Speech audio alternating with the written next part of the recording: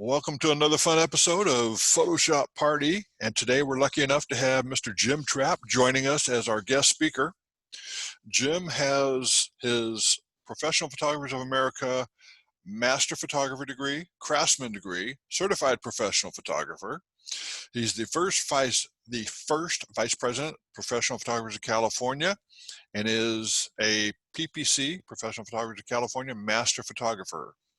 He started entering competition work in 2013, so he's been doing it for 7 years, and currently is working on his Master Artist, which is probably one of the tougher degrees to get in PPA. So we're going to get rocking and rolling, and Jim, I'm going to turn it over to you. If you want to hit your share screen at any time, you're more than welcome to. Sure. I got to find it though. Oh, I see it. Hopefully down at the bottom of that bright green button. Cool. All right, you're on. Yeah. Thank you, and thanks to everybody for kind of showing up. This is actually a presentation that I did a couple weeks back as well. I had the people from Florida State Organization kind of reach out to me, and I said, yeah, I could probably put this together and you know, kind of, and it wasn't very long. It was, I think theirs is only about 30 minutes. I don't know how long you go on this, Michael. About the same, or about 45 minutes to an hour if you okay. want. Until I run out of gas to say or questions. Well, it sounds be about the same. So that seemed to go over very well. And so Michael kind of reached back out to me and he says, "What can you put it together for PPC?" And I said, "Yeah, that's pretty easy." So this is actually one specific module that I've done when I have taught any Super One Day, any workshops for black and white. Mostly my black and whites are all done in fitness or sports photography. It's something I just kind of liked. I gravitated towards. Next thing I know, people are contacting me to do it for them as far as commission work, and it just sort of snowballed and progressioned after that. And I actually started using this style in a lot of my competition work as well, and I think that's probably where it started to get recognition from a lot of people out there just pounding a lot of the iron, and so they like what they saw because it was a little bit different than what seen out there on what other people do. So that's kind of one thing developed after the other. So I just kind of give you a quick snapshot. So let me try to share this screen here.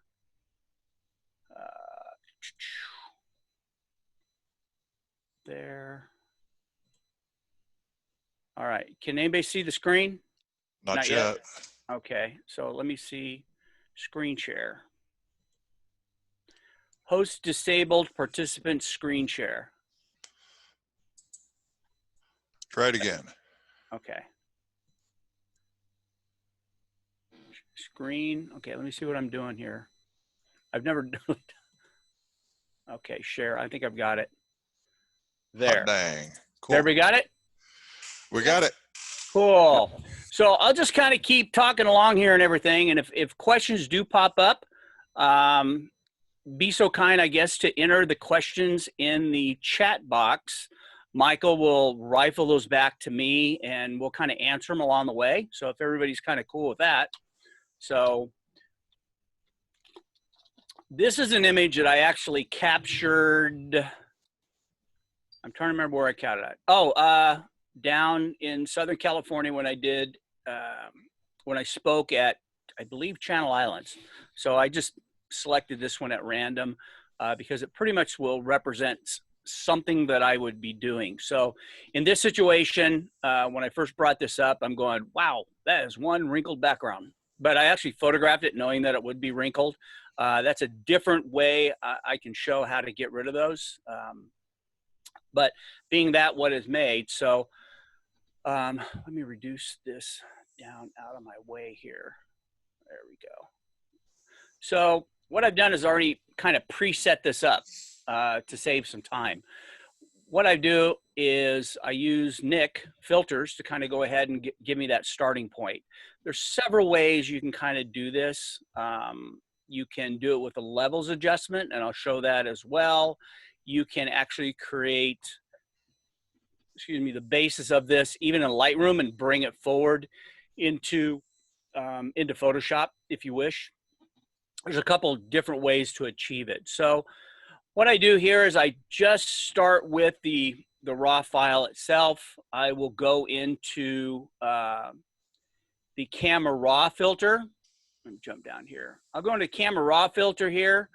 And here I will just do some of these global adjustments that I need to. Over here, adjust the exposure possibly. As you can see, here's the light. So I'll adjust maybe shadowing, highlight. Sometimes I'll even, if I'm unsure, I'll hit auto and just see what the system will deliver to me, and then I'll make adjustments from there. But for the most part, I want to kind of give myself a great foundation to work with. So I'll start it in there. And it's kind of like building a house. I mean, you definitely have to have a good foundation before you can start building things. So I got all of these. Oh, there it goes. So then that's my first step. I'll bring it into Camera Raw and get it looking about in this situation. So I'm back to here. So my very first step is I'm going to take my color image, and then I'm going to drop it into Nik Filters. And I go back into the Silver Effects Pro. Oh, I should have done this ahead of time. Sometimes when Nik opens up, it takes a while. They're used to my computer crashing on me, so yeah, don't worry about that. At this point, I play the Jeopardy music. So I may or may not have cropped the image. It doesn't really matter at this point because all this, can you guys see my cursor moving around? Yes. So all this stuff here, I don't really care about yet. Generally, sometimes I'll even deal with the whole image with all that stuff in the background because I really don't, I know I'm going to crop it out ahead of time, so I don't even care what it does. So if you look over here to my right panel, you're going to have all the different presets, black and whites. I started using these. So I start off with my neutral, which is right over here. And then what I do, wow, is this panel getting in my way or what? And I just go ahead, you know, I leave everything as a default setting. I just make it really easy on myself. And then I select the neutral panel. And if you look over here, I also have an underexposed and an overexposed. These are the three that I work with right here. And again, this is a very simplified process, and I've done it so many times, it doesn't take me hardly any time at all to knock these out. And again, that's just from just repetition of doing it. So, did I lose everybody? There it goes.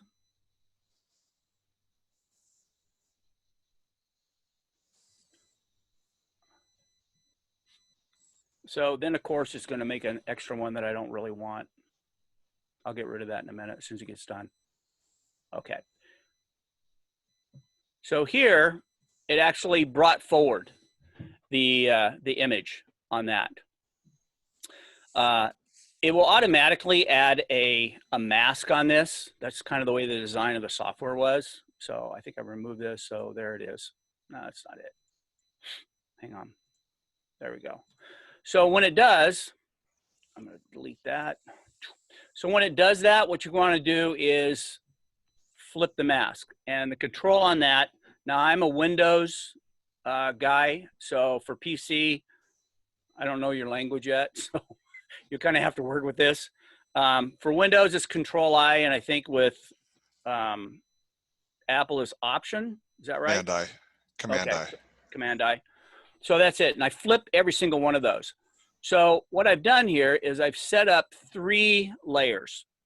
I've got my neutral layer, and then I go back in again. I don't need to do this each time, I hope. I go back in again. I hit the over preset, let it do its thing. I go back in again, and I grab the under preset. So I have each one of these kind of set up like this. And then I flip each one of these. So I set up my neutral down here at the bottom. Who's calling me now? Oh, well. So Then what I do is I'm just going to grab a brush. And I keep everything normal. I do not use 100% opacity. I don't know if anybody can actually see this, but I'll read you what it is. I bring this way down. I am maybe 8% on my brush opacity. Flow, I just leave it alone. Is everybody kind of familiar with the difference between flow and opacity? So if you think of flow, it's kind of like when you paint. You put it on, it builds. You put it on, it builds. You put it on, it builds. With opacity, it only goes to, you can keep on doing it. It's only going to show that 8% each time. It just kind of stops. So I kind of breathe this on very slowly. So once I've got my whole entire panel set up, I go up here to my, my over. Or actually, I may want to go to the under. I don't know. I can do it either way. There. So I'm a person who uses, I'm probably a little different than most, but I use, not only do I use the mouse, I also use a tablet.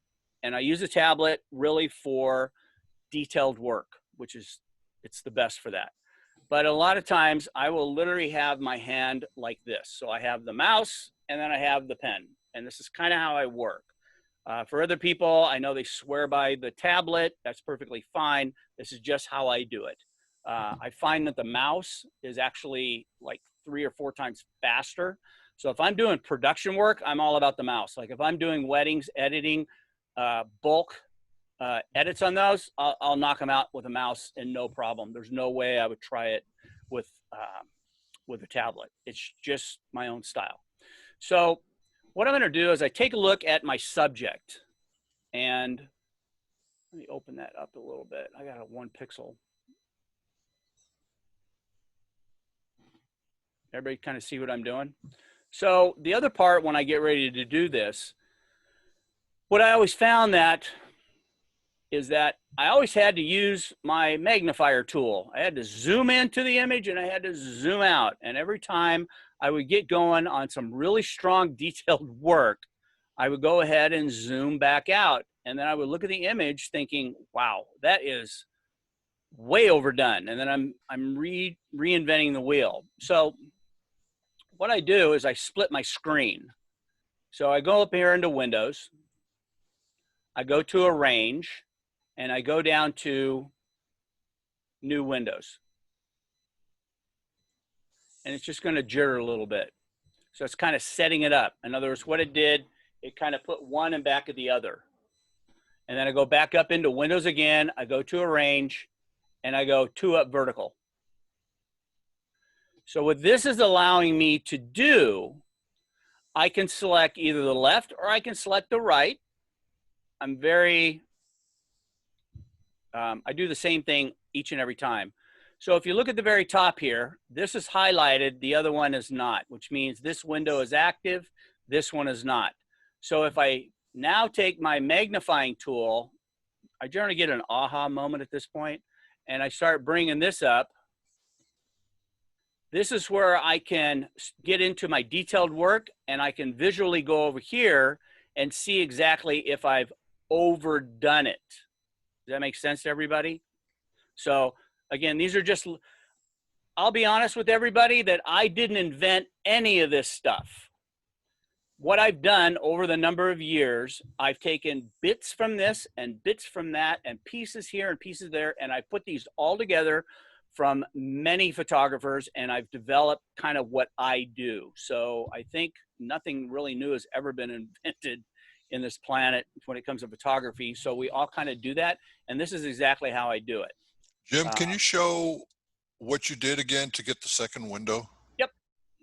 Let me go ahead and redo that back. Boom. Okay, so I start off with the window down here, right? So I go up into Windows, I go to Arrange, and I go down to New Window. So all that this does, there's actually another window on back of it now. So it does kind of like this, right? So I go back into Window again, Arrange, 2 up vertical. That's all there is to it. That make sense, Mike? Yes, it does. I just wanted everybody else to see it a second time. Okay. And I had the same thing going on when I did this in Florida. So they all go, "Oh, wait a minute, hang on." Start writing things down. So, and that's kind of normal. So now it's kind of where I'm going to get into the tablet a little bit. So I'm going to stay. So now that I've got this, I know that I'm going to want to start working on her arms a little bit. So as I used to do with film, this is kind of my techniques as far as dodging and burning. With dodging and burning, what that allows you to do to an image is you build in a lot of depth and you build in a lot of dimension. So if you think about it, we in essence have taken a two-dimensional object, and in our head now, it's visually as a three-dimensional object. So which is kind of neat about it. So in a digital world, this is in essence kind of how we do that versus, you know, putting the little wands over negatives and so forth. So I have tried this when I've used the dodging and burning tool. What I find that it does, it turns things just gray. It mushes, it takes pixels and mushes them around. When I do go in this scenario, what I'm doing is I'm taking the technology of layers and I'm taking it and I'm opening a hole on it and I'm exposing the layer below it. So in other words, I'm maintaining the pixels through the whole image. I'm not altering that at all. And I use a very low brush opacity to expose parts of it at different levels. So I know that may sound a little confusing, but here we go. So what I'm going to do is go to my, I'll start it with my over image. So this is the one that's overexposed, and I'm going to tap on it. And then what I do is I get my brush. I just make sure it's set up on the white over the, you know, the foreground, white foreground, and I've got a background over here. So then I'm just going to take this and I've got my tablet set up where I can do this like really quick. I have a, God, I don't even know the model of these things anymore. It's the Wacom, it's the medium tablet. It's got the little wheel in the center of it. And I can just spin this like there's no tomorrow. And then what I'm going to do here, since it's on the lighter area, what I'm doing is I'm looking on her skin tones, and I'm just going to come along and start. I don't streak it, I'm tapping it. So in essence, what I'm doing is I'm doing this. Can everybody see this? So I'm tapping it along that. So in fact, I'm actually just doing it with my mouse. And then with my other hand, I am spinning my wheel on my tablet to take the brush size and go down and up. That's why you're seeing it going so quickly. So it's kind of like what I said before. I've done so many of these, I can zip right past them. It doesn't take me very long at all. So I'm just kind of building up the highlights wherever they're at, kind of in there. And then if we have a highlight, we're going to have a shadow. So then I'll pop up to the under, and then I'll come in here on some of these shadows, and I'll bring them a little bit darker. And I will go through her whole entire body.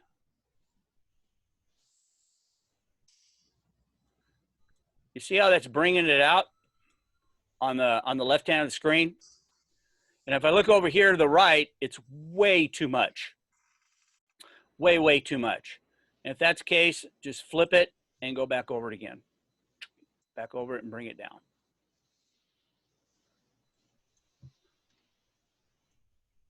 So I'm not going to complete the whole image, by the way, because you guys will be asleep in a heartbeat. So I'm going to go through here and do this pretty quick.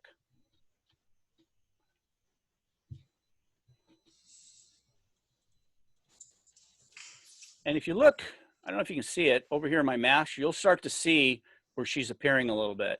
And if you want to really see it, you just turn your layer on and off and you'll start to see it. So if you look over to that side of the screen, you'll see it pop on and off. And that's really what I'm looking for. So I can see an area right up into there. I'm going to bring this maybe a little bit darker right in there. Jim, you're painting in black. Oh, my bad. Which is why probably nothing was happening. There we go.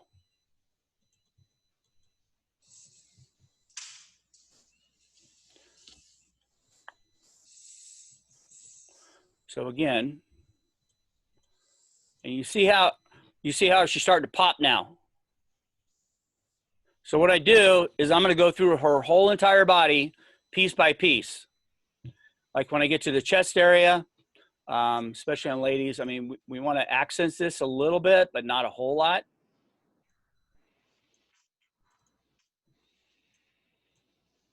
And all I'm doing is I'm flipping back and forth. That's about as simple as it gets. What really will separate this technique than other ones I've seen is when you spend the time on little tiny areas like this. If you spend the time, you're going to get really fast at it, and it will really make a big difference.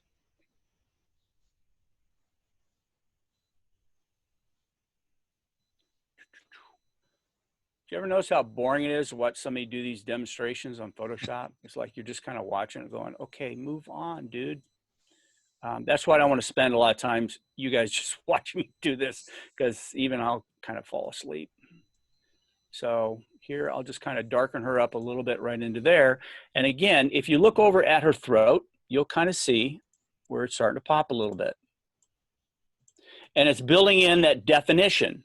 So some key areas, especially in fitness people, obviously is the abdomen area here. Whoops. I had the. So these little areas here, and you'll find in fit people, and I have no idea what they're called. If you pop them very slightly, that makes a huge difference, especially right here. Bring these out a little bit. This is how you give somebody six-pack abs like super quick. And all I'm doing again, folks, is just tapping this. That's it. So again, if I do it again, you can start to see the definition on her stomach. And then I'll go along her arms, and I'll go, I'll put on some music, and I'll just, go through her whole entire body. Whoops.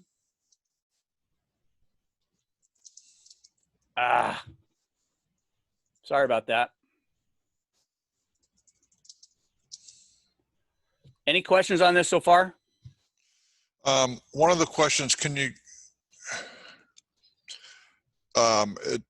one person was asking how you link the 3 layers together, and I was going to type a response that you're working on the under, over, yeah, bring out the highlights and the shadows. Exactly. So what happens is, if you look over into my layers panel, which is over here, every time I go back into Nik filters, it brings it back when I say I'm done. It brings it back as a different layer with that mask already applied to it each and every time. So literally every time I go in and do it, I bring it back and it just builds another layer on top of it. So these layers are set up basically automatically by Nik. Hopefully that answers the question. Not sure. We'll find out shortly.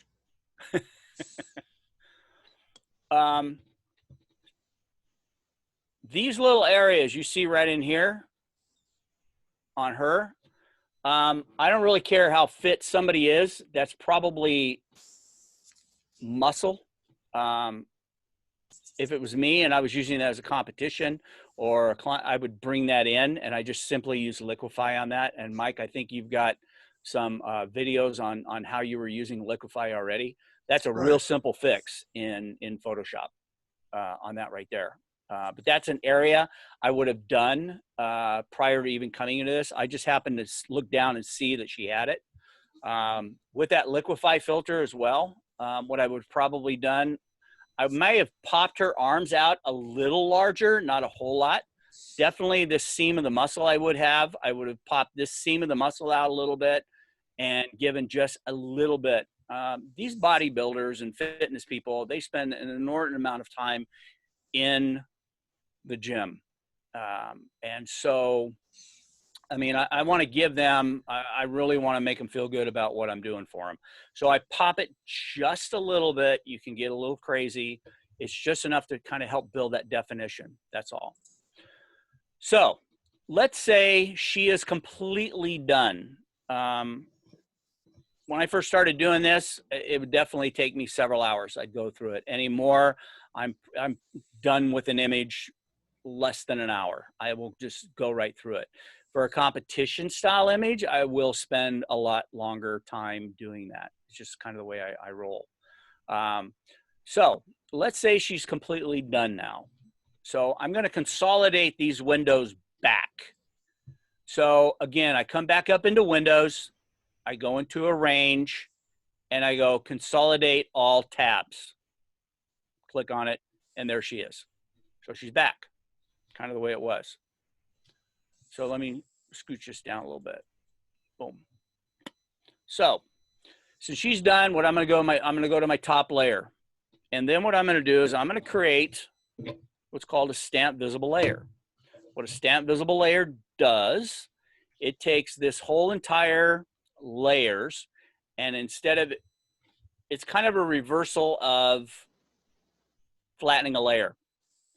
Except if I flatten a layer, I can't really reopen it back up again unless I go into the history palette, and it gets kind of a pain. So what I do in essence, I take everything below, see if you see this, and I come up here and I kind of lock it all into one layer. So on some of these composites that I have done, especially pursuing this master artist degree, I may have 40 layers deep. It's just kind of the way that stuff works.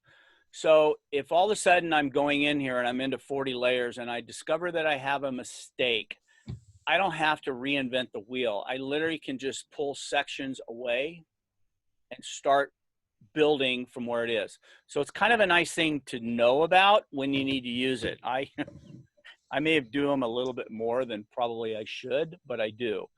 How the commands are on that, you may want to write this part down. I go Shift, and again, I'm going to speak Windows, Control, Alt key, and E as in Edward key. And as you see, what it's done is it's consolidated everything here in this one layer.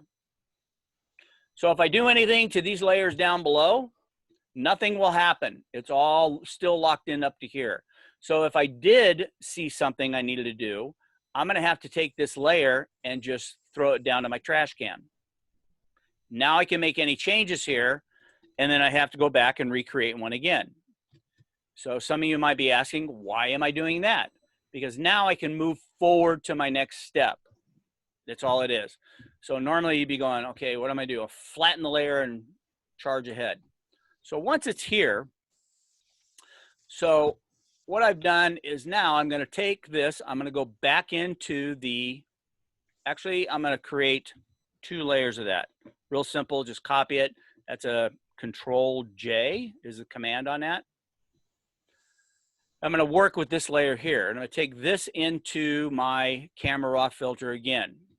So for the longest time, up through version 2019, it was always a clarity slider. What a clarity slider did is mostly work on all of your midtones in an image. It just kind of, and it was so easy for people to get, take them way to the extreme. For some of the people it's been around for a while, there was a software called Lucius, and whew, that was kind of the, we found HDR, here we go. Let's take our slider, go way, way to the right. And people said, wow, that's art. And I'm going, wow, that's pretty interesting. So what Adobe did is they created this little bugger down here now called texture. Once I started playing with it, I went, oh, that I like. So it treats the image completely different. There is a difference in these 2 sliders. It has to do with the frequencies. So they kind of lost me when they started describing it. However, so I go into my texture slider and I just slam it. So if you notice what's happened here, she became like, now you see the definition going on here. But I don't want to do it because it almost looks overdone. It's overcooked. But I'm going to use the power of the layers and the masking to help me out with that. So it comes back. That's why I put this second layer up here. Going to do exactly the way I did before. Going to add a mask. I'm going to invert it. So it looks like it did before. And I grab my brush. I'm still at the 8%, but I tell you what, I can actually juice that up a little bit, 35, 40, 50%. Kind of let your vision be your guide at this point. I start off at 35. I know I can get some more out of it, but if I'm already at 80, it's like I can't go backwards. So I'm going to zoom up in here a little bit stronger.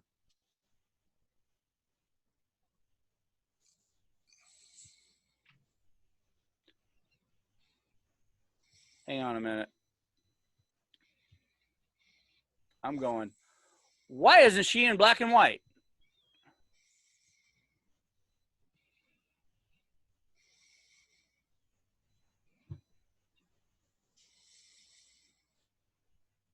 Oh, I know why. Because these guys are on.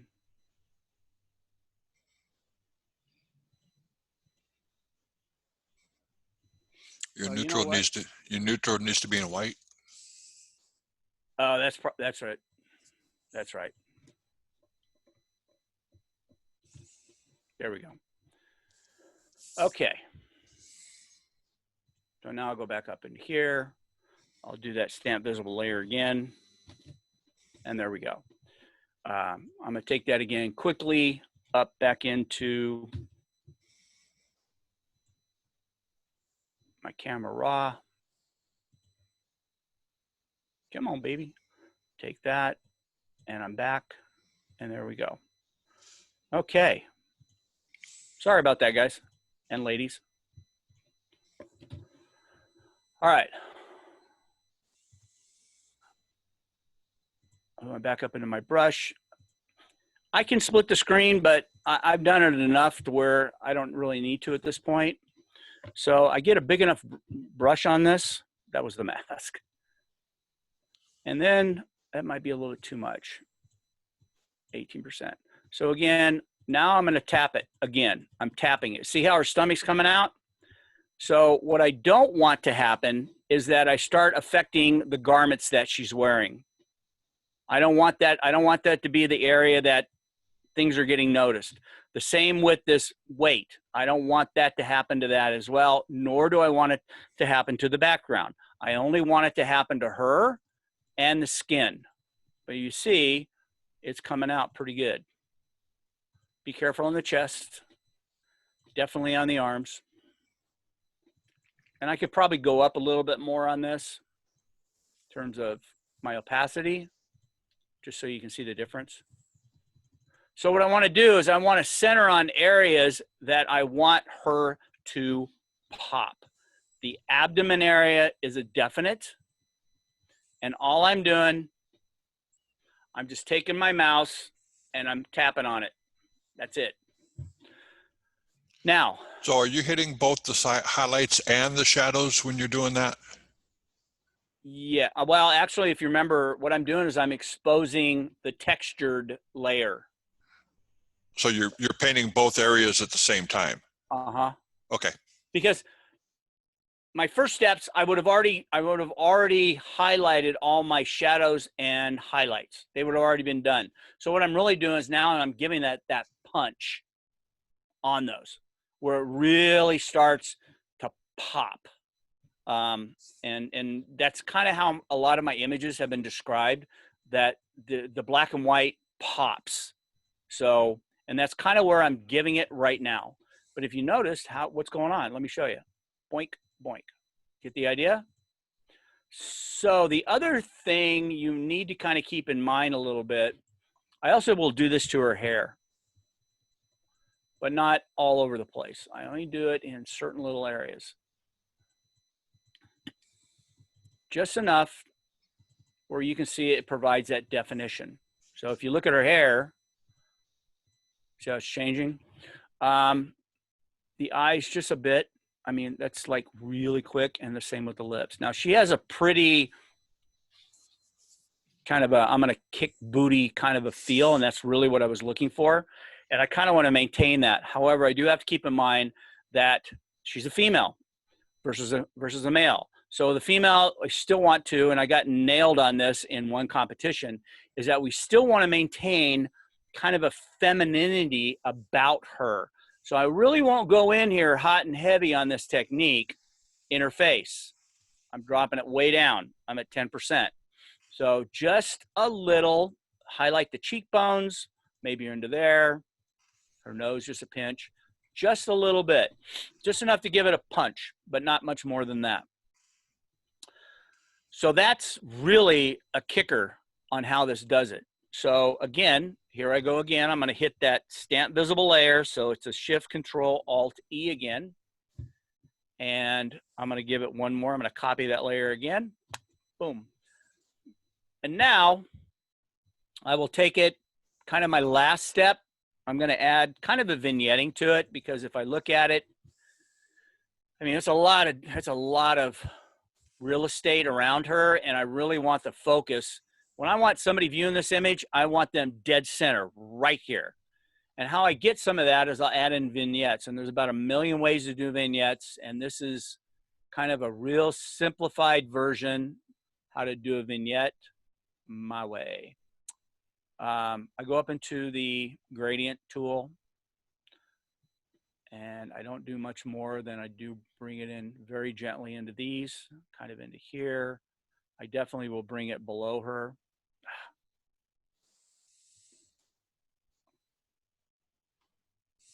Bring it up a little bit, because again, I want, and bring it down a little bit, just a little bit. And I'll get sometimes a little more creative on some of this stuff as well. Kind of about like this. So in essence, what I've done is kind of created this artificial kind of a hotspot. That's about how I make a vignette, kind of really quick. Needs to be a little bit more. And I'm just going to pop it back up. Now it's a little overdone, right? So that's the nice, powerful part of the layers. I'm just going to take it, and I'm just going to start lowering my opacity till I get it in there somewhat about there. Kind of about where I would bring it in at. Jim, Boom. can you explain why you use 2 layers to do that, not just one? Oh, on the vignette thing? Well, you have layer 2, layer 2 copy, layer 1, layer 1 copy. Well, I guess because I'm used to doing it that way, for the simple reason that notice how I did the masking up here. I could have put a mask on that. I'm sorry, but I was just used to stamp visible copy. I could actually do it here on the stamp visible layer. Right. And again, that's, I guess we're going to call it my own insecurities about screwing things up. So I just created it on this copy of where it is right here. So I'm bringing, oh, there's my reason, duh, Jim. Because I'm using the opacity underneath it. So I kind of use it like a mask a little bit. Okay. Does that make sense? Yep. So I could have used a mask, I guess, but it was just, again, this is just how I do it over and over and over again. So I'm just kind of used to doing it that way. And that's kind of about how I do it. So that is really kind of how I pop those black and white images in kind of a real simplified area. So kind of about like that. So if I take it from there and I turn all of these off, I don't know if I can do a side-by-side comparison here compared to where I started with.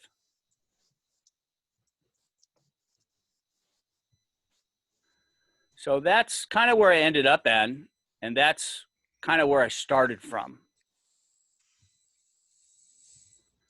So even if you look down here in her abdomen, it completely changed.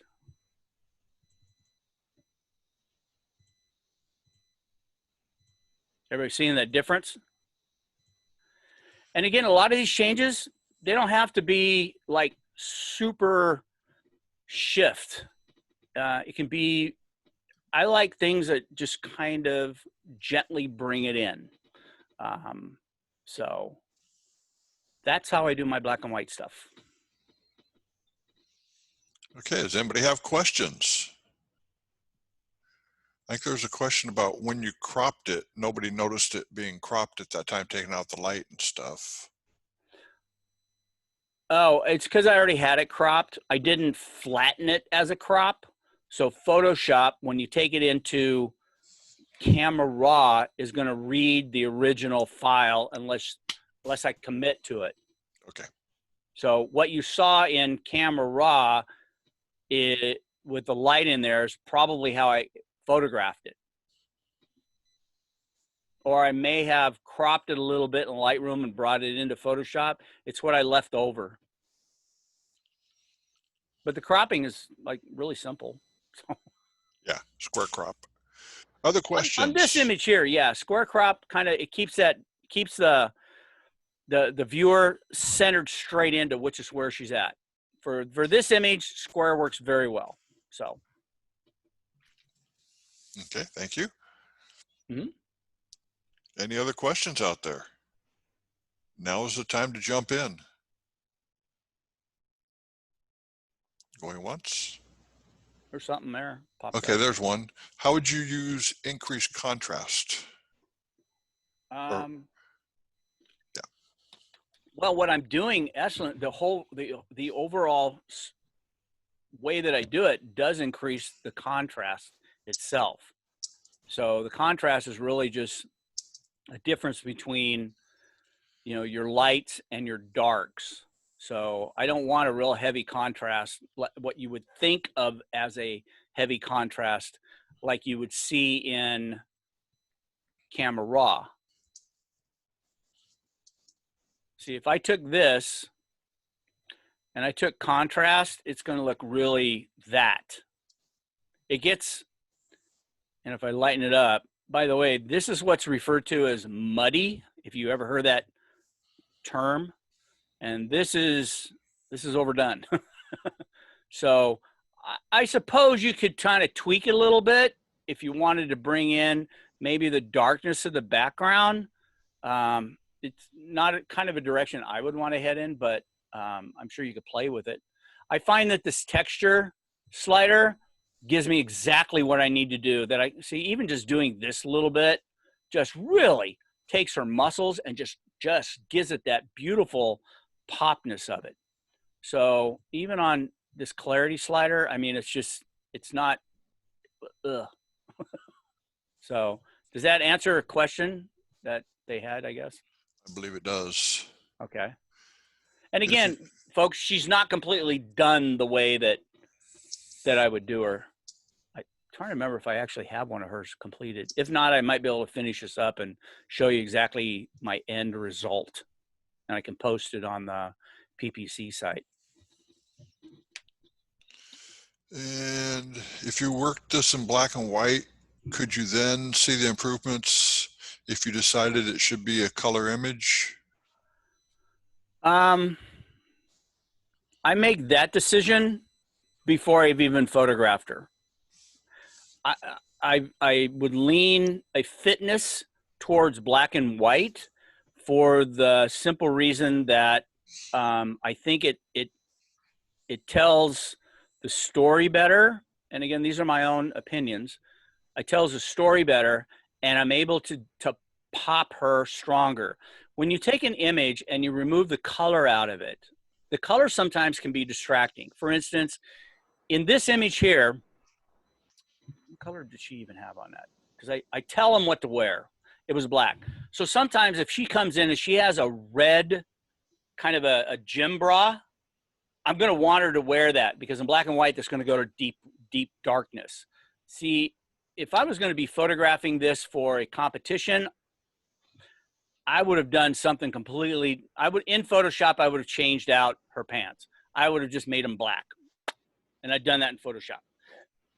I think the color can sometimes be distracting in an image.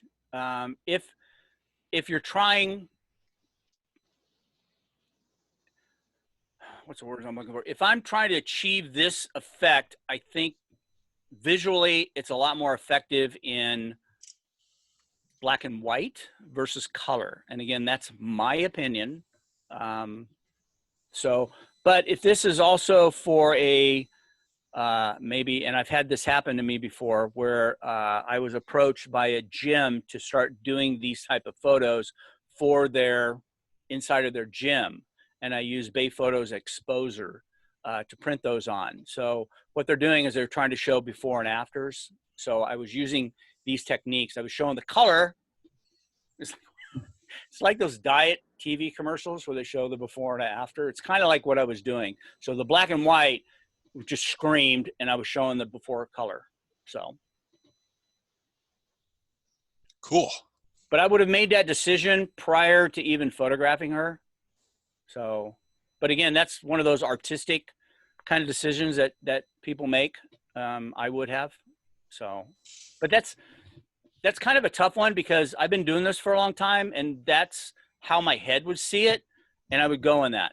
Because when they get into my studio, unless there's a specific request and we would normally be talking about that, I would make the decisions on all of this stuff, especially if I brought somebody in knowing that I'm going to be using this as a competition. It's 100% me.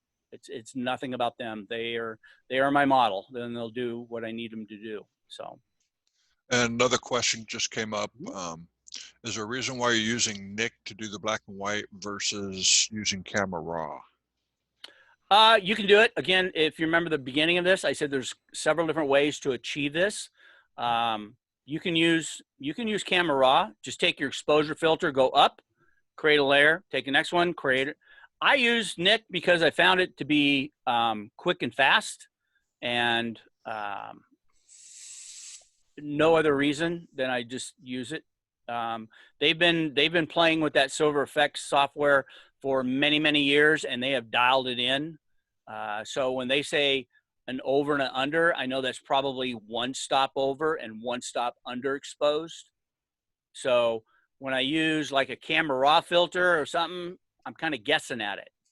But the other thing about using Nik is I know that if I use the over and the under for everything, I am going to get a very consistent look in my images. I'm working from the solid base point of everything. If I go into a Camera Raw filter and do the same thing with an exposure, might be off a little bit, might be under a little bit. So I don't know. That's kind of how I would do it.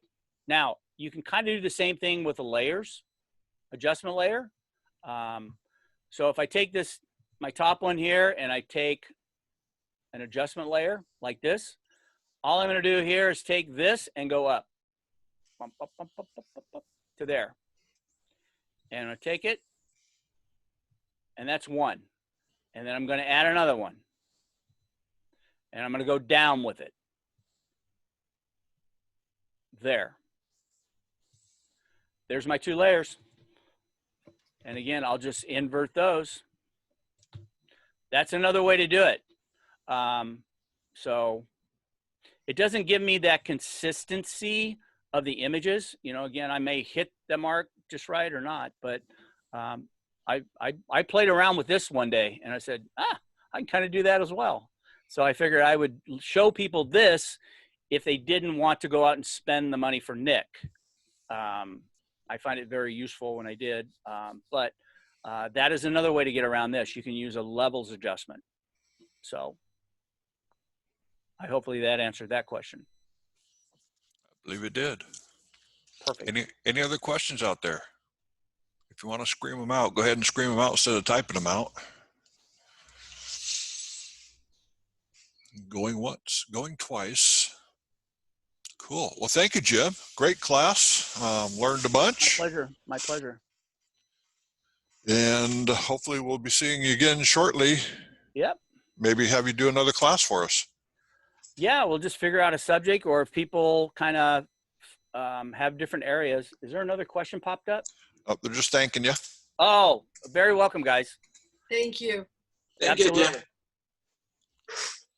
I mean, Sharon, it's kind of how I learned a lot of this stuff. So I understand the benefits, especially in belonging to organizations like this. You know, you get to meet people and, you know, you're stuck on something. Honestly, in fact, a while back, I was talking to Michael about, how would I, if I was going to teach a basic Photoshop class, where are some areas that I could do it, and belonging to different, either local or state organizations is how you get to meet everybody. That's how I got to meet my roommate. So, yeah. Cool. Well, thank you for doing this, and Absolutely. We'll see everybody in 2 days on Thursday with, I think we're talking about Nick Filters, as a matter of fact. So Thursday Is that Larry at 1 o'clock. going to be doing that? I'm going to try and talk Larry into doing it. If he's not available, I'll do it myself. And Very good. always try and talk Diane Costello to doing a program for us as well. Hopefully Yeah. she's listening in. We'll get more people teaching, so you don't have to listen to me all this time. Well, you've got a very strong knowledge base on Photoshop, so. Thank you. My head just grew 3 sizes. Absolutely. Thank you, everybody, and we'll see you in a couple of days. Thanks for listening in, guys. Appreciate it. Thanks, everybody. See you later.